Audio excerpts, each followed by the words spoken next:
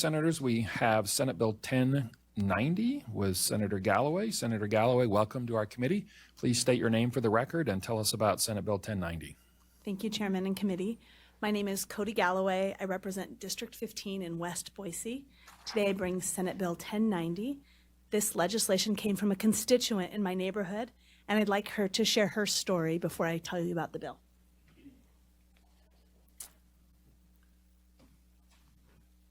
Folks, if you could maybe, I don't know if you're going to take turns, but just for our record, we need clarity.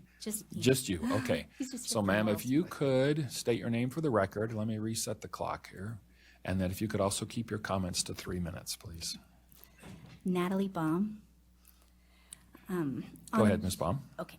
On a cold and snowy day in November, 2 little boys arrived at our doorstep after being removed from an unsafe home. Our hearts broke as we realized the 8-month-old couldn't roll over or make eye contact.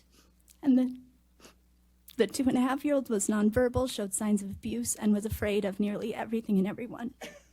For a year, we worked with therapists and doctors to help them learn and grow and feel safe while their parents made almost no progress.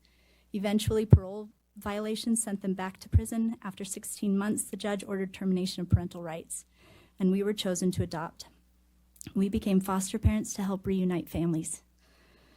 We had 4 kids of our own, and parenting 2 more children long-term was never part of our plan. But we loved these kids and wanted them to be the home that they needed. However, the overwhelmed court system delayed the termination trial for 6 months. Then legal maneuvers pushed it back further. By the time it was finally set to happen, when the boys had been in care for 22 months, BioMom had finally been sober and employed for 3 months. The judge in our boys' case stated that he knew it was not now, nor would it ever be in the best interest of these children to return to their mother. But his hands were tied because although there were still considerable safety concerns and BioMom had a long history of substance abuse and prior children removed in another state for very serious reasons, she had now technically done what was necessary to complete her case plan. The judge, visibly frustrated, stated that the system failed these kids, and he would have to change the goal back to reunification and rapidly work to return the boys to their mother, or we would have to file for guardianship, which was now the only option left to keep the boys safe. We knew this meant hefty legal bills, losing basically all support, and living with painful uncertainty for the foreseeable future, as their parents could still and can still challenge the guardianship at any time and ask for the boys to be returned to them. Sadly, what happens in cases where foster parents can't accept guardianship is far worse. A friend of mine had an almost identical situation to ours, where she had a child for almost 2 years, and the termination trial was canceled because BioMom finally started working her case plan. The judge urged my friend and her husband to file for guardianship, but they didn't feel they could handle the emotional or financial strain, so the child was returned to her mom. She's since been in and out of foster care 3 times in different states. She had a stable home with a family who loved her. And now she has years of trauma and abuse that can't be undone. Our laws failed this child. So troubled by the thought of other children facing similar circumstances, I researched other state laws and found models that give judges more discretion to keep children safe. After bringing these examples to my state senator, she worked with me and community members to draft this legislation. We need laws that protect the most vulnerable Idaho citizens. The goal of foster care should be permanent, loving homes. Reunification should happen when parents have truly resolved the issues that led to removal. But if meaningful progress isn't made within a year, children shouldn't be left in limbo while parents get unlimited chances. Ms. Baum, I don't want to interrupt, but if you could just conclude, please. Okay.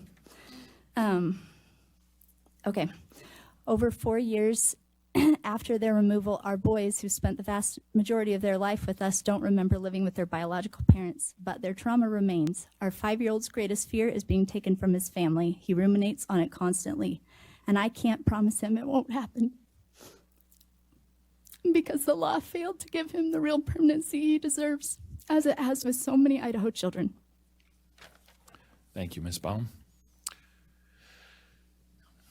Senators, I don't see any questions. We'll let Senator Galloway go ahead and continue. Thank you for sharing that, Natalie. I know it's heartbreaking for all of us to hear this. As responsible leaders, we have an important job of taking care of the most vulnerable, and today I bring you legislation that will help take care of some of the most vulnerable among us. So in brief, this legislation amends timelines and provisions in the Child Protective Act so we can help every foster child into a supportive, permanent home in a more timely manner, whether through successful reunification with the biological parents or through adoption. While there are several pages in front of you, there are only two main changes that will accomplish this goal of more timely permanency. I'll start at the end. If you go to page 9, beginning at line 23, this allows judges to use 3 additional factors when informing the decision of what is in the best interest of the child. Most importantly, this change allows for consideration of the bond the foster child has formed with the substitute caretaker. It also takes into account the biological parents' efforts and their ability to live a law-abiding life. Courts already weigh multiple factors when determining the best interest of the child. This bill strengthens that analysis by allowing the caregiver-child bond to be considered alongside other established factors. Now to the second change. Go back to the beginning, and if you look on page 1, lines 15 and 17, they shorten the time between review hearings from 6 months to 2 months. And then flip to page 5 and 7. After the custody timelines, they alter the custody timelines from 15 of 22 months and 12 of 22 months. Making these timeline changes allow for more frequent court oversight and brings the following benefits to kids and families. The timeline ensures cases don't stagnate, leading to quicker resolution, whether through reunification or through adoption. It also enables shorter review periods, and they help identify and address issues as they pop up instead of after they have worsened. There's more timely placement in a stable permanent home, and that reduces the trauma of uncertainty and improves the emotional well-being of the child and the family.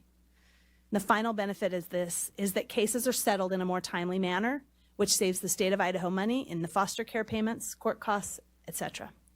In working on this legislation, I have sought the input and advice of foster families, the courts, and the Department of Health and Welfare.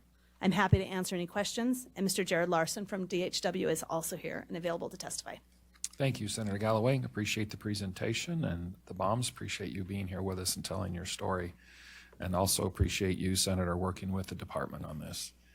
Any questions, Senators? Okay, I don't see any. Thank you, Senator Galloway. Is there anyone else in the audience that wanted to testify that hasn't had an opportunity to sign in? Okay, I don't see any.